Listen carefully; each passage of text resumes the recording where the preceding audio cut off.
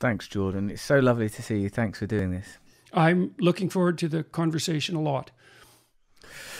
Well, you look like you're reawakening. I'm really interested in the sort of, I wonder if you have, given your studies of archetypes and archetypal narratives, how you feel about, of course, we've talked somewhat about your suffering, and I get the sense from speaking to both to you and Michaela that it's not something you want to sort of rehash and rehearse especially, and I certainly understand to as much as anyone can the kind of medical problems that you went through.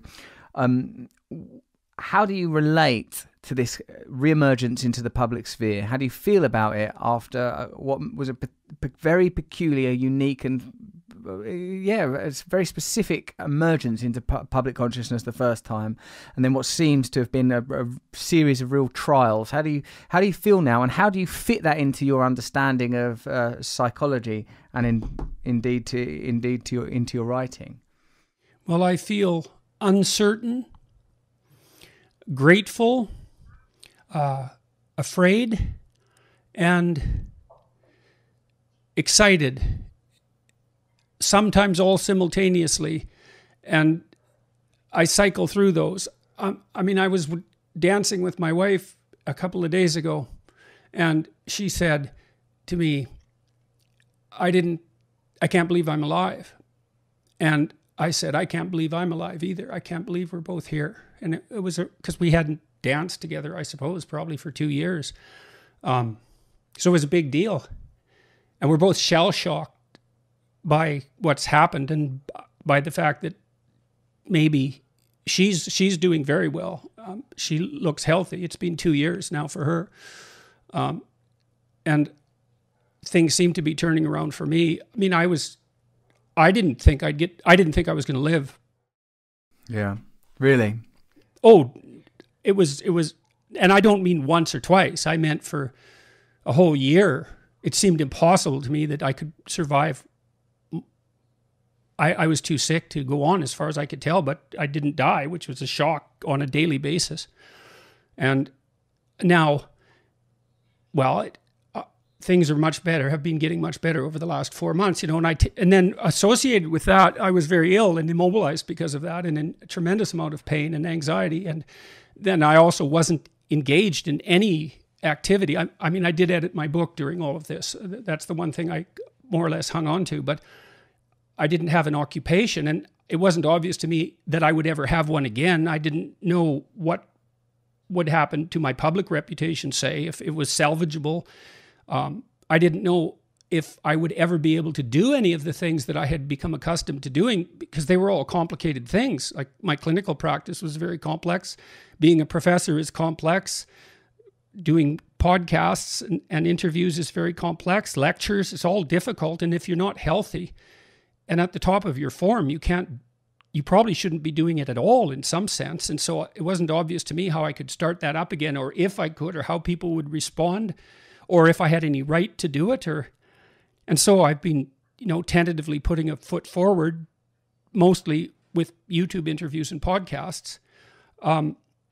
And so far that seems to be working. And I started writing yesterday. I wrote for the first time in a year. I wrote 2 pages of original material, and that's a huge deal. And so today, when I was showering and trying to get myself upright, instead of being racked with pain, my mind would wander to what I was writing, and that was a real relief to be engaged in that creative enterprise again. And so it's all of that, and I'm shocked, and I still really don't know what is going to happen next. So we'll see. When we spoke on your daughter's podcast, on Michaela's podcast, which is on YouTube, you talked about gratitude, and now you're, what I was interested to hear you describe your state as somewhat uncertain and fearful, in particular because I feel that many of the people that have criticized you and many of the people that adore you were attracted to at least this perception of sort of strident certainty, ethical and moral certainty, intellectual rigor. Have you is there anything that you would alter about the kind of your position as a public figure prior to these series of crises? Do you see it as a sort of a necessary and sort of the kind of evolutions that narrative produces all the time, or would you say there's anything that you would now withdraw or reframe? Well, I would say that whatever transformations might be occurring with me, I would say have occurred in the realm of ideas. The new book that I've written, Beyond Order, is more communitarian. It's more liberal than the first book, technically speaking. It's also because it concentrates on the dangers of order rather than the dangers of chaos. And so that's a nice balance to the first book. And that was part of the plan, the vision from the beginning. People who are concerned with an excess of chaos tend to be more conservative, and people who are concerned with an excess of order tend to be more liberal, all things considered. And I started with a book about chaos and concluded at least this 2-book series with a book on the dangers of order. But it's also, the second book is also more communitarian in nature. So I've stressed, for example, the importance of community and relationship in the maintenance of sanity. Like, we outsource the problem of maintaining our own sanity to the people around us, and then all we have to do is pay attention to their cues. But and some of that's derived from what's happened to me. I mean, what I've observed over the last 2 years has been an unbelievable outpouring of support for my wife and my family and me, with punctuated exceptions, obviously, but broadly speaking, my family has come through. My family and my wife's family have been so supportive of us. It exceeds any expectations I would have had to begin with. People went out of their way so much to come live with us for weeks at a time and take care of either her or me or both of us. And that was family and friends. And so I have a friend right now who walks with me every day. He's a friend from college. And, I have a really close friendship with him that's really been cemented hard again over the last 6 months. But he came to visit me in Russia. I had lots of people who went way out of their way, and it was life-saving for both of us. And then I got a tremendous amount of support from my viewers and listeners and readers. And they sent, when Tammy was in the hospital, they sent hundreds of letters talking about praying for us. And, my sister printed a lot of those out and put them up on the hospital wall in bright colors. And, it was really helpful. And so, I'd realized, you can think about this in some sense. I think about it anyways as an elaboration of the hero mythology, which I'm very interested in. The archetypal hero goes into the unknown and gains something of value, or sometimes fights a tyrant and reconstitutes the kingdom. But I will leave that part of it out for now. You go out into the unknown and find something of value and bring it back, but then it's shared and distributed. That's the second part of that story, the communicative aspect of it.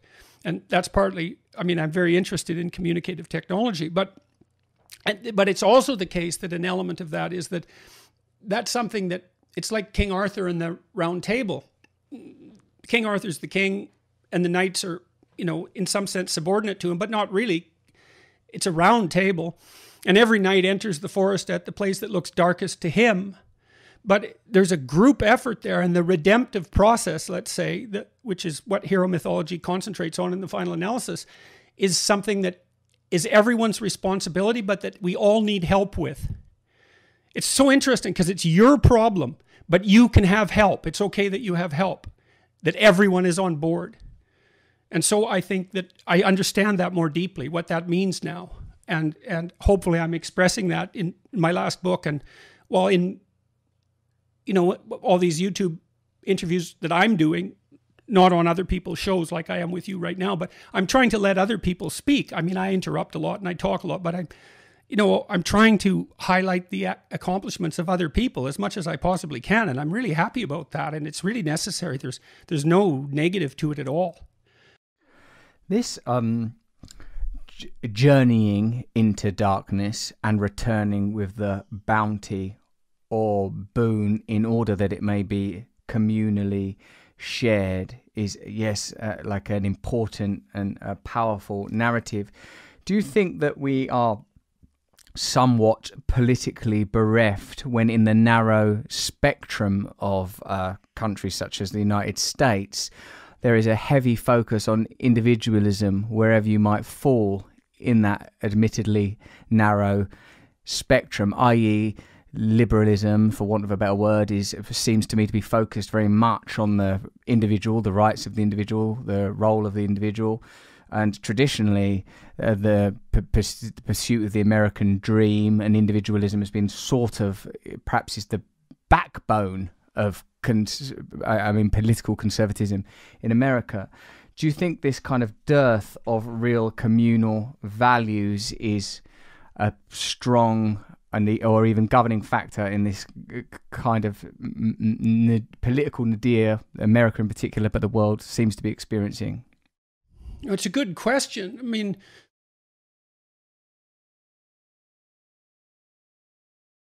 I do think in the West that if we go back to the fundamental hero mythology, the hero story, is that the romantic emphasis is often placed on the journey outward and the heroic encounter, and not so much on the return home and the distribution. And each of those are equally important. Clearly, I mean, if you find something valuable and then you can share it with other people, obviously that multiplies the value. And I do think that you're right, that the liberal message has emphasized the individual element of that and comparatively de-emphasized the other element. But I don't see anything really nefarious in that fundamentally. I think it isn't obvious that we know how to do that. I can give you an example, okay? So, well, I've been talking to people like Bjorn Lomborg and Matt Ridley and Michael Shermer and who else would fit in that category? Steven Pinker. These irrational optimist types, materialist atheists fundamentally, and that's not a criticism, Enlightenment types. And they keep hammering home the message that if you look at the data, Marian Tupy has written a beautiful coffee table book showing this. It's 10 trends that every educated person should be aware of, and then a bunch of micro trends. If you look at major economic trends globally, so many things are getting better so quickly, although still incrementally, that it's really, it's unparalleled in human history, and it's accelerating. But it isn't obvious how to make that romantic. And so it's a problem with storytelling to some degree. It's like, well, what do you say to if Black Lives Matter or Antifa or right-wing groups that have a conspiratorial element call to a romantic element in young people, they offer them an adventure, and that's really important. But an adventure, the adventure of incremental rational progress, isn't an adventure, right? It's almost the opposite of that. It's slow and incremental and diffuse, and it's hard to make that into an adventure. And so the communitarian element it's not easy to transform into a motivating message. And I mean, I was trying to do that to some degree in Beyond Order, trying to make that into a message that was of motivational significance. And that's really, you have to do that if because look, there's nothing that's not within our grasp now, Russell, as a species. We can do whatever we want. Now we have to figure out what we should do. And then we have to figure out how to communicate that in a way that's motivating to everyone, so everyone's on board. That's the problem that faces us. I become concerned by this idea of progressivism. I feel that it is sometimes used to underwrite a kind of intransigence around power, and I think it's used as a panacea to sort of dissolve the voices of discontented people. The idea of looking at, like, look, you can see that the average, like 100 years ago, there was people that have had rickets in Victorian England.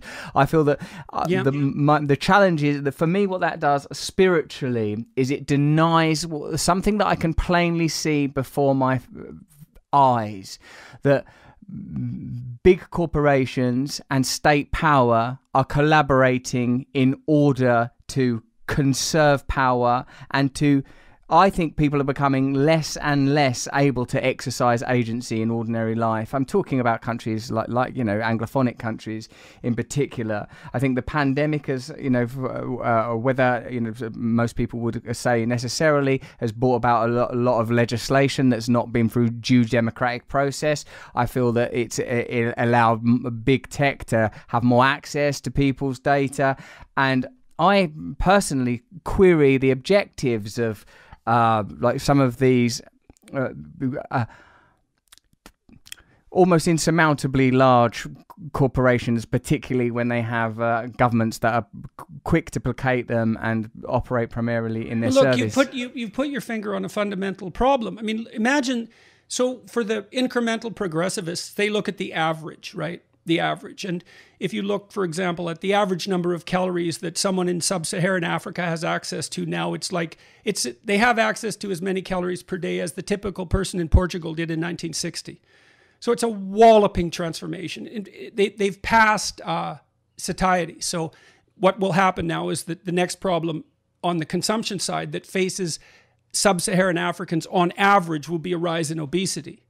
But the problem with statistics, or even ideas that concentrate on the average, is you don't take into account the distribution.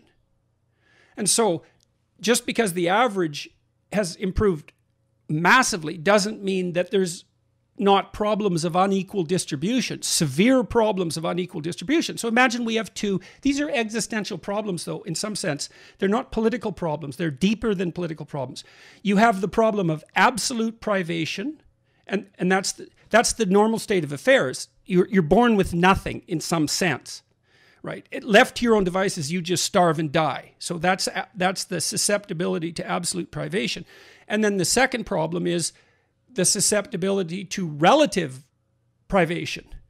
And those are both big problems. You know, and so the optimists say, well, look, we're really, really solving the problem of absolute privation. And they say, well, every day, 200,000 people in the world are lifted out of the UN's definition of abject poverty. So maybe they slide from $1.90 a day to $2.10 a day. And that's to be celebrated, but then at the same time, you can say, well, yeah, but they're still living on $2.10 a day. And both of those are right simultaneously. Like, it is something worth celebrating, but it's also, there's still the lingering problem of relative deprivation. And when you hear everybody rattling about inequality, that's why. And it's not like there's not a valid point there.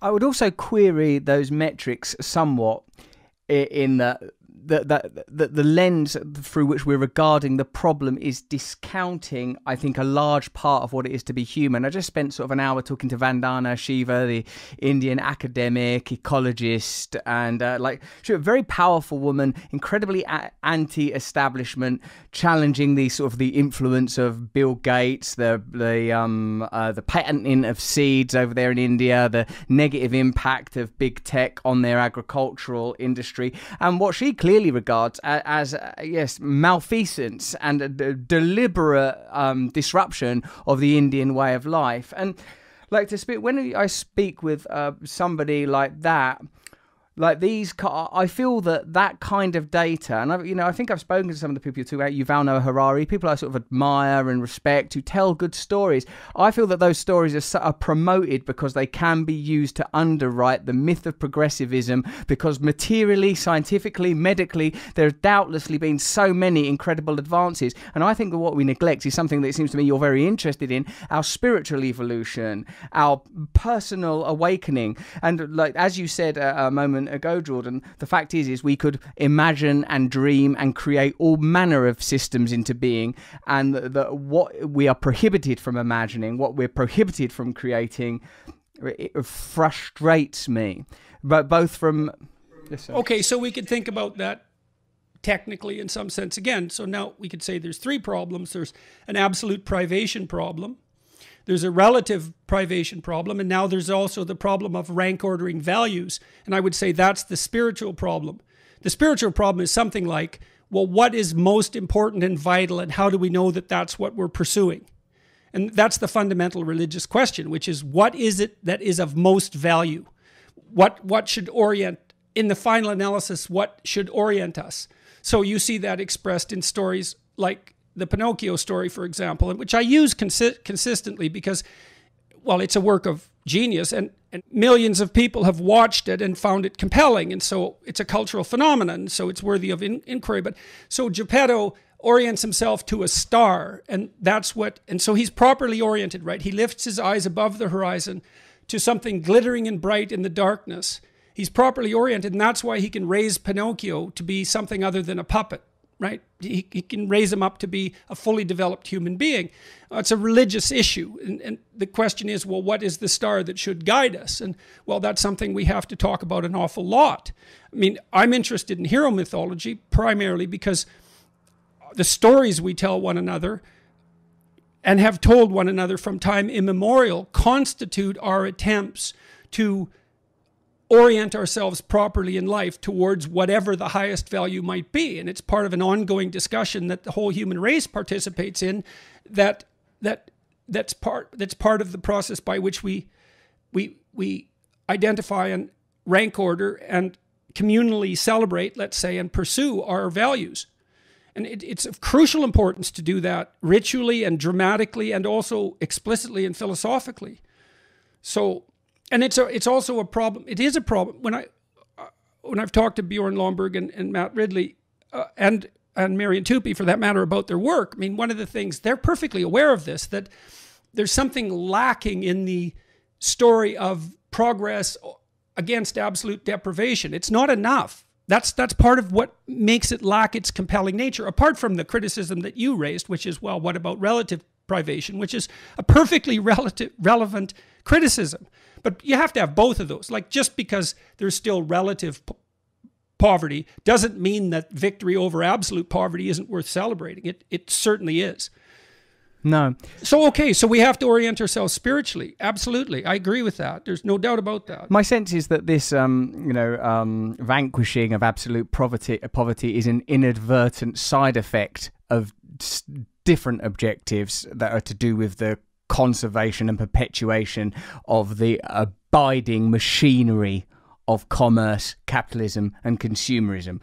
Maybe an inadvertent consequence. Like, for example, don't you sometimes when you think of slavery and the abolition of slavery, that slavery was maintained for as long as possible. Then there comes a point where it's like, oh God, we can't get away with slavery anymore. But we will rescind our right to have slaves, but we will keep an economic class primarily made up of people, in, say, the case of the United States of America, made up from that same kind of background, that these kind of, and like that can then be rightly labeled progress, but in terms of a kind of an epiphany, a cultural and social epiphany. Now, I know this is difficult, Jordan, because I suppose I'm suggesting there are universals, that there is an absolute North Star that we can all refer to, but isn't any religious man making that claim that there is I think it's too one-sided, Russell, because, I mean, there's no doubt that corruption exists and that hierarchies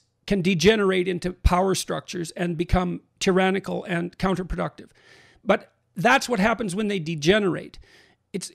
That isn't how a properly functioning human hierarchy works. And they're not very stable if they degenerate in that manner. Let me give you an example. You can tell me what you think about this. And then I'll talk about slavery particularly, because it wasn't just an economic calculation to get rid of slavery. I mean, Britain, the movement to abolish slavery was driven by truly believing Christians. They had a walloping effect over a number of decades in eradicating slavery. It was a moral move. And it was replaced in some sense by another kind of slavery. But one thing that happened in some sense is that as the modern economic system displaced the slave system, which had existed forever, we all became our own slaves, right? Because most people enslave themselves for 8 hours a day, and then they can be free men the other 16.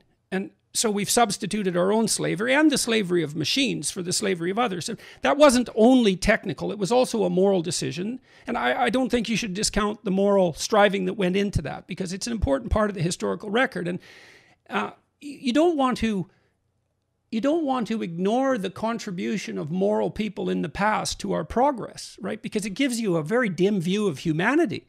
Lots of people knew slavery was undesirable and wrong, and risked a tremendous amount to move beyond it. Actually, so, I wouldn't discount that moral contribution, with regard to any of the great cultural conversations and conflicts.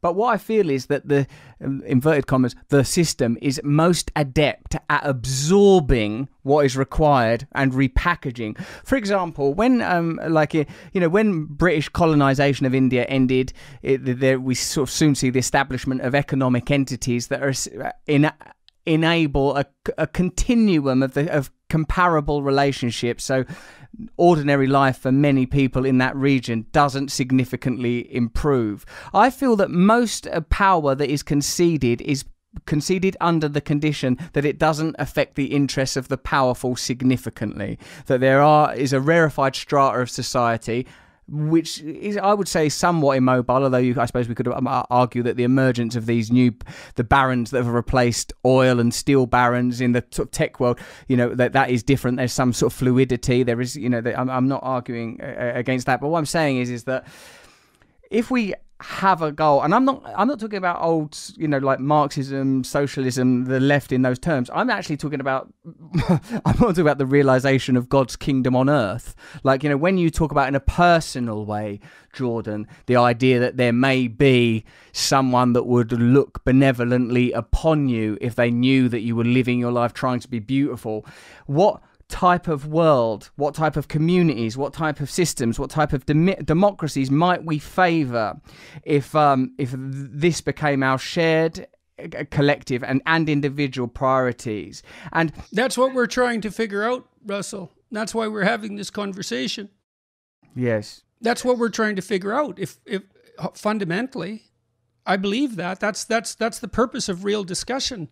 And I think one of the reasons that YouTube conversations like this have become so powerful is because you can actually have those discussions.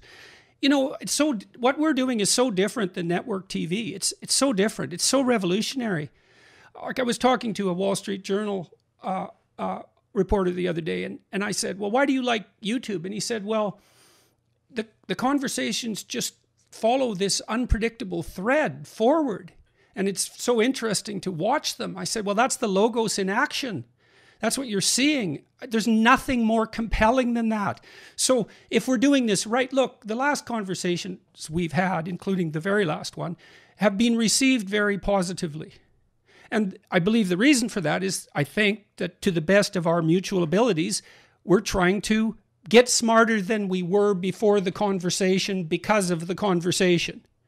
Yes. And people respond extremely positively to that. And isn't that wonderful that that's the case? And so we are trying to figure this out. And I would also say, don't assume malevolence where ignorance is sufficient. When you look at how a large system operates, you don't want to forget that part of the reason it's not doing so well is because people actually don't know how to do it better. It's not the only reason. Malevolence exists, for sure. But, and then what do? Well, you try to dispel the ignorance, your own ignorance. What you and I are trying to do right now, hopefully, is to dispel our own ignorance and to share that process with the people who are watching and listening. I believe that the reason that you had such a profound impact in your sort of roaring campaign through identity politics, through maleness, is because, to me at least, it seemed as an observer, it's underwritten by years of clinical practice, a deep understanding of Jung, and you were genuinely orating on conquering unconscious territories, of awakening out of the unconsciousness. And like when you say that now, don't assume malevolence when ignorance will suffice. They know not what they do. Most people are unconscious. Our systems are unconscious. But for me, there is a reason notion that mainstream media prohibits and precludes certain types of discourse, favors other types of discourse, and this for me is because there is. Well, let's take it apart for a minute. Let's take it apart, because we'll start with the ignorance before malevolence issue, and so we'll look for non-moral reasons first, and then go to moral reasons. And I think that's a safe approach, because you don't cast stones any more than necessary that way. Well, there are massive technological differences between YouTube and network TV, despite the fact that they're both video. The first is there's no bandwidth restriction. Bandwidth is now free. You and I can talk for as long as we want, and essentially no one has to pay for it except with their attention. And then it's permanent, whereas with network TV, it was evanescent. It evaporated as soon as it was spoken. Well, now this conversation will be around for probably longer than either of us would want it to be. It's as permanent as a book. And that what that means too is that I don't have to assume that my audience has a limited attention span or no memory anymore, because I know that they can go out and find out things on their own. And so when I go to do a network TV interview now, it feels like I've transported myself back in time to 1950. And the person I'm talking to, when I'm sitting in the green room before the interview, they're a person and we have a conversation. But as soon as the cameras go on, they're no longer a person. They're a puppet of a machine. And I'm not saying that critically. I'm saying because the bandwidth was so incredibly expensive, there wasn't time for experimentation. It was too expensive. And so everything the interviewer did was scripted. Well, then it was scripted according to essentially the dictates and interests of the corporation, obviously. And so then what you end up on with network TV is a discussion with a talking head representing that monolithic organization. You're not talking to another person. And if you were, that person would get fired, right? Because they would now be an individual instead of this immense machine that was necessary because the communication technology was so expensive. So you start with that, and then you might say, well, and furthermore, it was warped by the fact that the corporations of a certain size are protecting their existence, which of course they are, and so are the people within the corporation. Of course they are. Just like we would fight for our hierarchical position. Of course. So, yes. But all that's gone now. And now we have this, and now we're figuring out what to do with it. Now, what you said there about the sort of the position of the journalist in the chair and how they become an automaton because their role is so prescriptive within that corporation, that's no different to something that, Chomsky would have said 30, 40 years ago. You wouldn't be in that chair if you didn't share the beliefs of the corporation. This is, for me, chimed... Of course. Yes, of course. This chimed with something Yanis Varoufakis, the former Chancellor of Greece under Syriza, in that brief moment after the economic crash when there was a surge of leftist populism in Greece, said. He said that when he met with the EU, he realised, even when talking to the most powerful minister over economics with whom they were arguing about their sanctions, he recognised that Chancellor, he was someone like a German Chancellor or whatever, said that he only had the power, and this is in some ways plainly obvious, he only had the power afforded to him by his role. That suggests to me a kind of intransigence. And like when you talk about like sort of people in a mainstream media outlet, that they're a representative of a certain set of ideals, well, the same becomes true in a political establishment. Now we know that there are relationships between, obviously we've known for a long time, there are relationships between media and government that involves lobbying, commerce, shared interest. Now I know that when you talk about it from a sort of an anthropological perspective, you say, of course, we would all protect our positions in a hierarchy. And this returns me to the point, Jordan, where it requires of us as individuals a kind of personal awakening, that perhaps that one has to undergo a kind of nekkia, am I saying that right? The kind of journey into darkness that that you have recently experienced, and I'm sure most of us have our own version of, and to come out the other side of that with the conclusion not being how do I achieve more as an individual, but how do I convey love? How do I convey Christ consciousness? How do let's start with that then. So first of all, everyone is now a TV producer and a radio host if they want to be. If you have a voice, you can communicate with, you have the technology to communicate with as many people as you want. So then the next question is, do you have the will, the ability, the desire, and all of that but you certainly have the technological means. So it isn't that people have been rendered voiceless. They have in certain regards, but in other ways they're so powerful that it's absolutely beyond comprehension. And so, and I would say, well, I am definitely of the mind that it would be best for everyone to orient themselves. And I've tried to figure out what that orientation would mean. And some of it is, and I've used history as my guide as much as I've been able to, philosophy and religious ideas, all of that, trying to puzzle this out. It's like, well, the love part is, okay, you have to decide. You serve someone. That's an old idea. It's Christ or Satan. Fundamentally, that's an archetypal reality. And what that means in some sense is that you're either working for the betterment of things because you're in favor of being and its flourishing, and perhaps even its playful and beautiful flourishing. You've decided that despite the horrors of existence, that would drive you to resentment and bitterness and hatred and the desire to destroy. You've decided, no, I'm going to aim up. And that's love. It's like I'm going to aim up, and I'm going to bring everything I can with me. Okay, then the next thing is truth in service of that. And one thing I learned, I think, is that I tweeted something out the other day. And like, I see people all the time, and they have something they want, and then they use their language to get it. Okay, that's not how to use language. That's wrong. And the reason it's wrong is because why do you think that your theory about what you want is right? If it's wrong, then you're saying things that are wrong. And so I would say, instead, try this. Say what you believe to be true and accept what happens. And that's an adventure, man. You do that. You do that for 10 years and your life will be so different that you won't be able to believe it.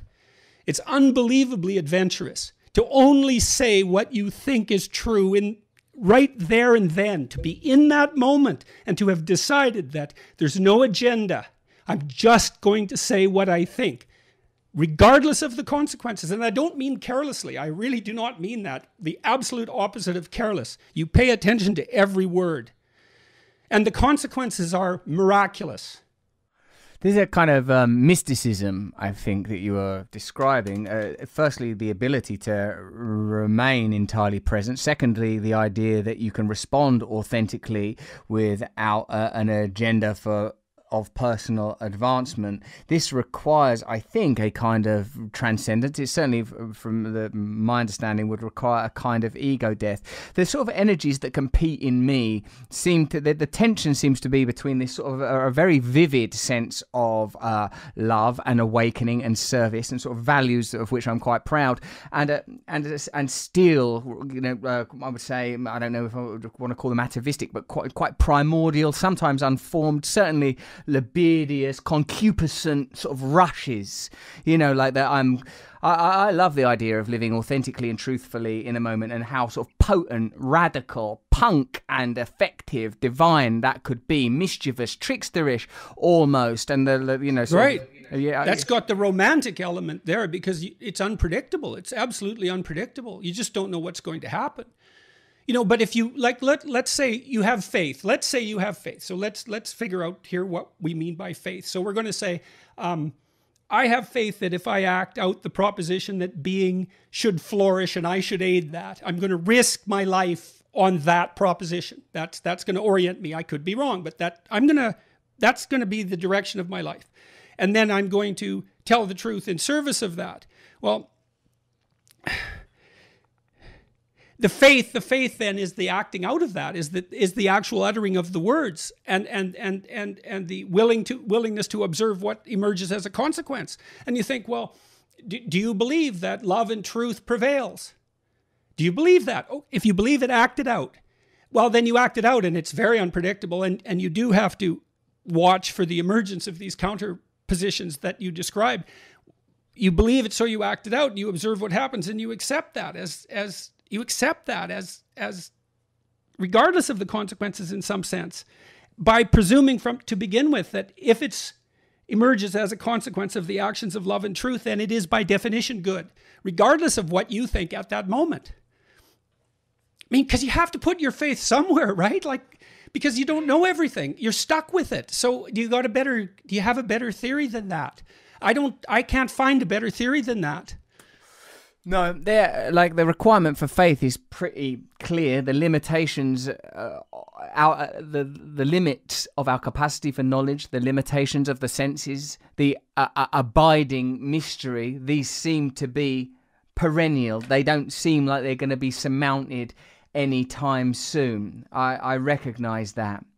I am drawn to ask you, like when you went into this terrible crisis of health with yourself and Tammy, your wife, and it were all consumed by this great suffering, you disappear into this, you know, from the external perspective for several years, and like, during this time there's this incredible ongoing cultural war sort of peaking out that again sort of dissolves into you know, the end of Trump's presidency and the emergence of Joe Biden, and this kind of global pandemic.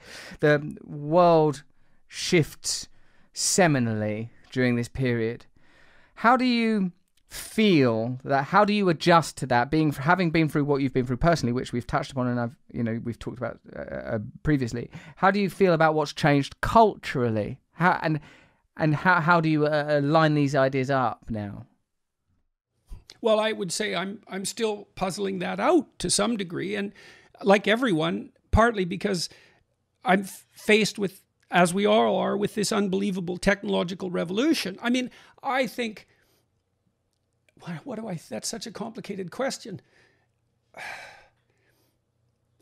I'm doing more of what I was doing before, I suppose. I still believe that, at least insofar as I'm concerned, that there isn't anything better than I can be doing than continuing to encourage people.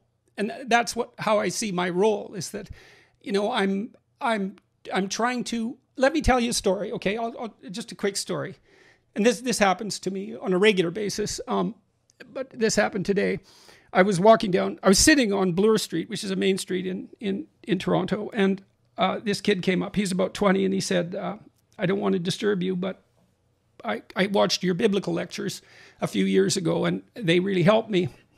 And he was going to walk on, and I said, what's your name? And I always ask people, because as soon as you get their name, then you're in a conversation. They know that you want to talk. It's an open invitation. And I do want to talk because I want to find out, okay, I helped this kid, apparently. How? Exactly. What worked? Because then maybe I can do it again, right? So he said, well, you know, it made me rethink my religious belief, and now I'm going to church. And I said, okay, like, are you going every week? He said, I know you don't go to church, you know, or you're not a practicing Christian. And I said, do you go to church? He said, yes, but it's online right now. I said, well, what do you do there? And he goes to the services, and then he has this group of 20-year-olds, and they talk to each other and try to orient themselves properly. And I thought, well, that seems good. That seems like a good thing. So, and he said that, I said, well, what else did you learn that was helpful? And he's going to law school. And he said, well, I learned to stop comparing myself to other people and berating myself for what I didn't have. And I learned how to reward myself for making incremental improvements. And I thought, so he's comparing himself to who he was yesterday, which is dead on. It's like, there's no envy in that, man. And that's a game you can win. And it's an improving game, and anyone can play it. And so I thought, that's great, because now you know how to reward yourself. And so he's in law school in his second year. He said he's going to be a corporate lawyer in New York. So he has this massive opportunity, because that's an immense opportunity. And he's trying to figure out how to integrate his legal education in the corporate world with his profound emergent morality. And I think, yes, great, man. You hear a story like that, it's like, well, that keeps you going no matter what. Like, more of that, right? More of that.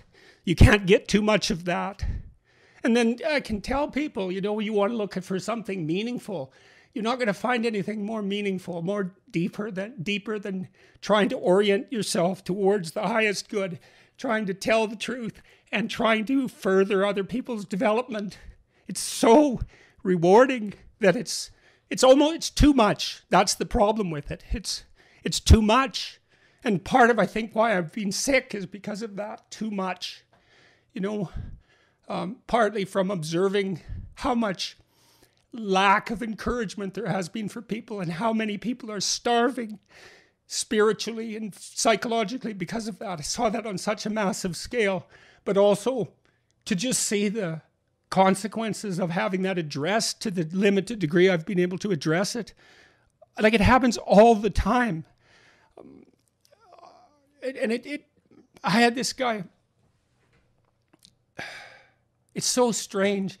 This guy, walked by this guy the other day on Blur again, and he was kind of a street-looking guy, kind of rough, you know, and bent over, about 45, 50, but looking older than that. And he had a mask on, and he wasn't looking so good. And he took his mask off, and he came over to me. I had no idea and he said, "I love you." I thought, Jesus. My friend was walking with me, the guy told me about, and we walked away. I said, "What do you make of that?" And he just shook his head. He said, "You sure have a lot of people, men coming up on the street saying that they love you." It's like, it's a hell of a thing, Russell. And God, how could you want something more? How could you possibly ask for something more than that? How could anything that was narrowly selfish, let's say, in the sort of grasping capitalist mode, you know, to use the cynical left-wing caricature, and it's not like there's never truth in that, but we're all grasping, that's for sure. How could anything that could possibly produce, even in theory, compete with that? They're not even in the same universe. I understand what you were saying. And I'm thinking about it, it's because you have this very particular background in clinical psychology and academia as a teacher, and the edification and raising up and teaching of people is plainly so important to you, and it seems now more than ever. And I feel how open-hearted you are, and perhaps have always been. And I wonder if there's something. The question continually asked of you of why do you feel like you resonate with males? It seems to me, I wonder, is there a wound in your maleness, or a wound in your adolescence? Is there something in you that is open, do you feel, that has made this connection possible? Because it can't simply be the translation of these theories. I think some of it's actually the doing of my father. I think I had a good father, and he encouraged me. Like, my dad instilled within me his faith in me. Fundamental, like, we had our set tos, you know. It's not like our relationship was without conflict, but I knew I had something that none of my friends had, or virtually none of them, which is I knew that my dad fundamentally believed in me, right? Fundamentally, regardless of anything.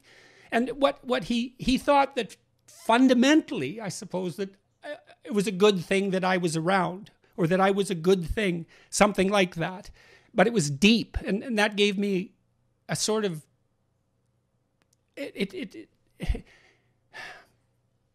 confidence, I suppose, or faith. Both of those, I suppose. He encouraged me. I had that encouragement, and I think, so you asked me a specific question. I'm encouraging young men. Why? Because I think, I believe this. It's like, God only knows what you could do. And we need it. Like you're a good example. I mean, look at you. Christ, you're unbelievably creative. You're so smart. You jump from idea to idea. You're very charismatic, you know, and you have this immense talent, and that led you into wastelands of all sorts, you know, because you didn't know how to control it, or, you know, you weren't oriented properly. God only knows why. But you're trying to gather that all up and to figure out what to do with it. It's like, great. Who knows what piece of the puzzle you would contribute if you got your act together and contributed everything you can. And I mean, it's clear that you're trying to figure that out.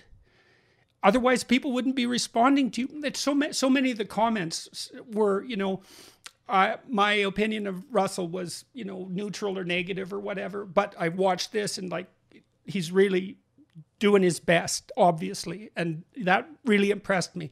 So it's so nice to see that kind of judgment. Hey, it's like, well, I can see that he's trying, and so now I'm on his side. And so it looks like you can kind of trust people to respond positively to that. And that's so nice, isn't it? That's actually the case. That is. You can let yourself out. Yes. Yes.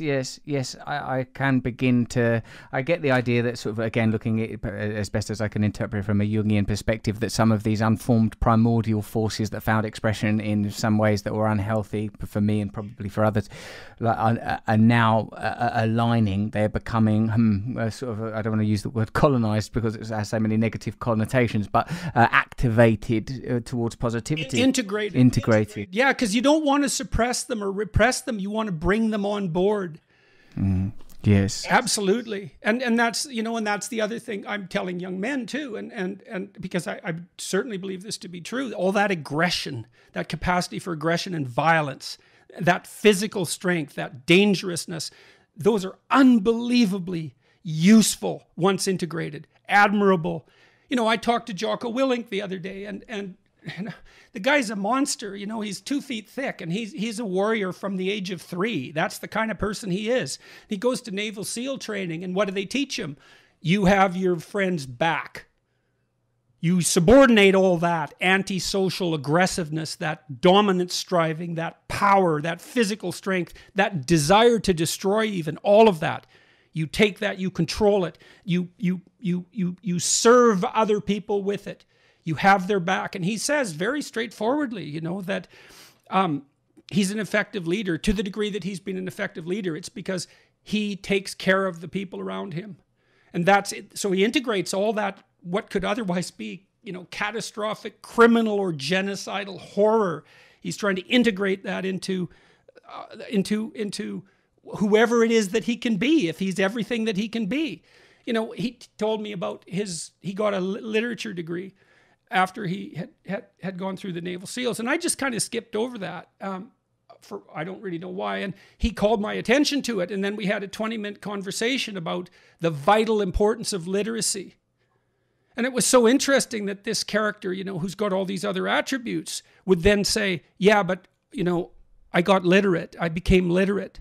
I learned to communicate. And that multiplied my ability manifold. And so don't hesitate to develop your, he didn't say it in these terms, but your logos. It's like, absolutely.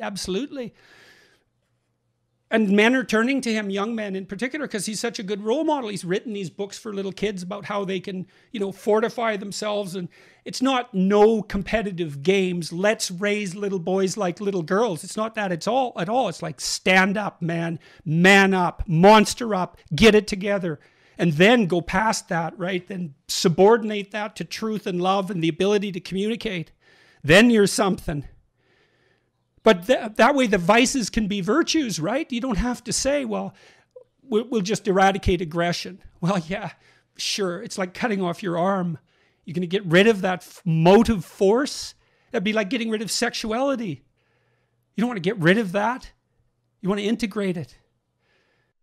Yeah, it ain't easy. I mean, what I want to, and I loathe being asked questions like this because it's sort of, because you'll see why when I ask it. There's people that have a very negative response to me. There sort of always has been, ever since, even when I was famous for frivolity. There were people that, and with you found yourself sort of very quickly at the heart of a cultural war for some reasons that were, I suppose, obvious because of the nature of your emergence into sort of public life and the specifics of that. But what I think when I see you talking, when I listen to you talking, and you are an open-hearted man, you have these sort of, plainly your relationships with females define you. What do you think is the energy behind the specifically gendered aspect of like the public discourse prior to the couple of years you took off for health reasons? What's if we can say, in your analysis, which I would still query about, the attraction of men is because you encourage and you give them confidence. I feel that somehow pain, the wound, has to be the point of connection, but that's probably me bringing my own stuff. And then for females, no, I don't think it's just that. I mean, what's being activated? There's something about that that's right. I mean,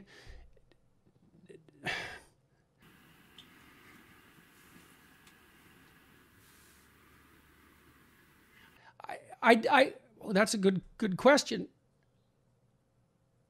It's not like I understand why the the people that I'm talking to are disaffected. The men I'm talking to are disaffected. I understand that. That's the shared pain, I suppose. I understand why they're doubtful and about putting forward their best. I'm not contemptuous of that even. I see that it's a deep wound in a sense, and no wonder. And it is something that we all share. But you can just admit that and then figure out what to do about it. That's the next thing. Despite all that, you say, yes, really, really, that's the case. Despite the patriarchal tyranny, despite the malevolence of our ancestors, despite the Holocaust, despite the catastrophe of human history and, the inadequacy of your own ability and the blackness of your heart, it's like none of that's justification for not moving forward properly. So then what do you feel like, and it's a question I ask again of myself, it must be interesting, I imagine, for someone to be literally an analyst and then be the subject of so much cultural attention that is, polarizing. So we've sort of discussed a little what we you feel that is that that speaks so deeply to men, and I'm getting a clearer idea of it. But like the inverse of that, the sort of the famous YouTube, let's call them the YouTube greatest hits, that Channel 4 News interview, the GQ one. What do you think was being driven at there? I understand that, because I've watched them and I know them, that sort of it's on no, you're not paying attention to gender inequality, pay gaps, etc. And I'm familiar with your arguments, which are obviously again underwritten by data. But what do you think is the emotion, the feeling? Why is it? Why this academic at this point in history? Why? Well, I would say, some of it's okay. So some of it is that females are rising up to challenge the patriarchy. They are doing that, and they're more powerful than they ever were. Like, women have always pushed and tested men. Well, why? Well, I hope you enjoyed that conversation with me and Jordan Peterson. I enjoyed it. I always enjoy talking to him. I think he's fantastic. If you want to listen to the second hour, go over now and have your free trial on Luminary. There's loads of fantastic content on there. It's $2.99 a month in most territories. I hope you enjoy it. Please let me know in the comments. Watch more podcast clips now on our YouTube channel. Go to Livewire Podcast Clips and watch more great podcast videos just like this one.